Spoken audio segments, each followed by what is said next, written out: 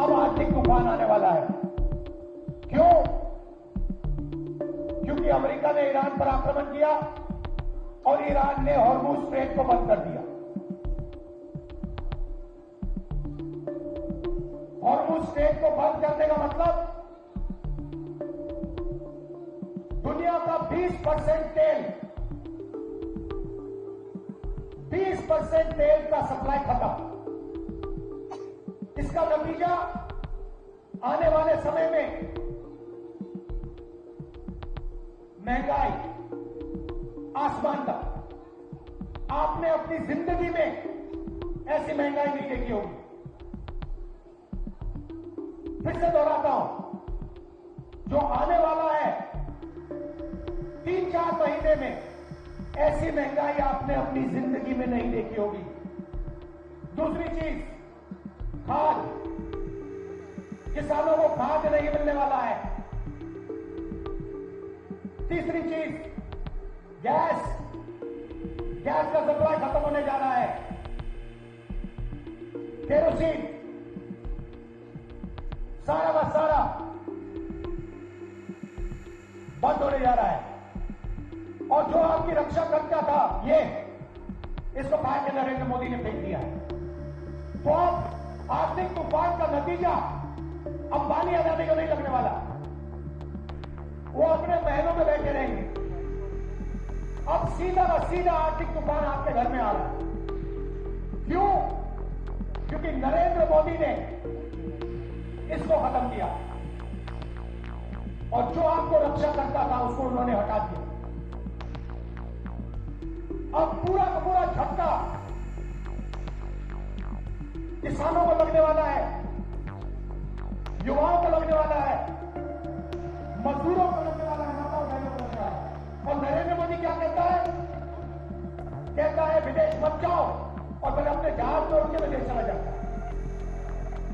भाइयों बहनों, नरेंद्र मोदी ने हिंदुस्तान के आर्थिक सिस्टम को बेच दिया है। फिर से बोलता हूं, नरेंद्र मोदी ने हिंदुस्तान के आर्थिक सिस्टम को बेच दिया है। उसने अडानी को, अंबानी को और अमेरिका को हिंदुस्तान का आर्थिक सिस्टम पकड़ा दिया है। अब आर्थिक तूफान आ रहा है और नरेंद्र मोदी और हिंदुस्तान की सरकार आपको नहीं बचा रही। देखना, 2-3 महीने में आपको पता लग जाए कैसा जबरदस्त झटका लगने वाला है। और आप याद रखना,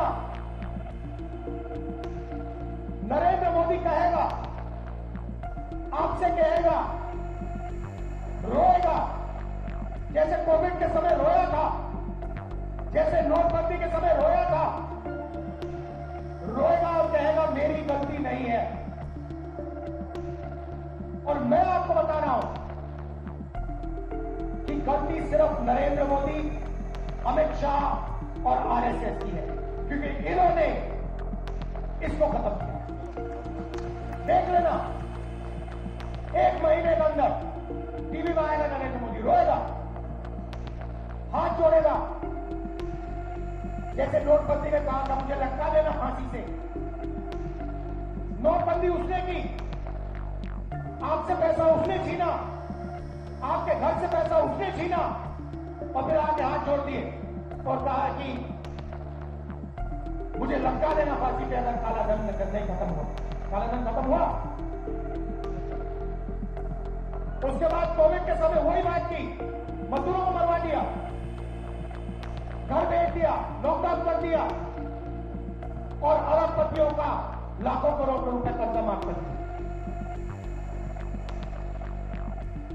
और फिर से करने वाला। चुनाव से पहले कहा कि पेट्रोल की कोई कमी नहीं, गैस की कोई कमी नहीं है, पेट्रोल के दाम नहीं बढ़ेंगे। और आज जब पेट्रोल के दाम बढ़ रहे हैं तो अंबानी पेट्रोल हिंदुस्तान के बाहर भेज रहा है।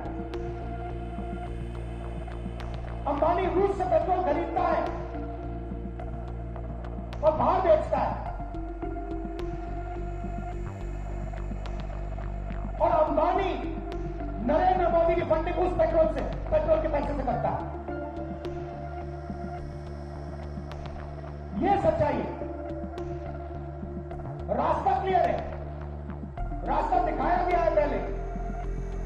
अंबेडकर जी का रास्ता है, नेहरू जी का रास्ता है, गांधी जी का रास्ता है, वीरप्पाची जी का रास्ता है, बुद्ध भगवान का रास्ता है, नारायण गुरु, बसवन्ना, ये सब, इन सब लोगों ने रास्ता दिखाया है। आप मूर्तियों के सामने हाथ जोड़िए, घंटों जोड़िए, मत्था टेकिए। मगर जो उनकी विचारधारा पर आक्रमण होता है तो वे खड़े हो जाइए और पीछे मत हटिए। यही है मतलब, यही है मतलब मत्थे टेकने का, यही है मतलब हाथ जोड़ने का। नारों से कुछ नहीं होने वाला, इसकी रक्षा कीजिए। इसमें वीरप्पाची जी की आवाज है, उनका खून है इसमें। अंबेडकर जी की आवाज है, खून है इसमें। गांधी जी, नेहरू जी, सबकी आवाज है इसमें, सबका खून है इसमें। आवाज की और खून की रक्षा कीजिए। हाथ जोड़ने से अब कुछ नहीं होने वाला है, खड़ा होना पड़ेगा, लड़ना पड़ेगा। दिल से आपका धन्यवाद करता हूं, आप दूर दूर से आए, गर्मी में आपने बात सुनी।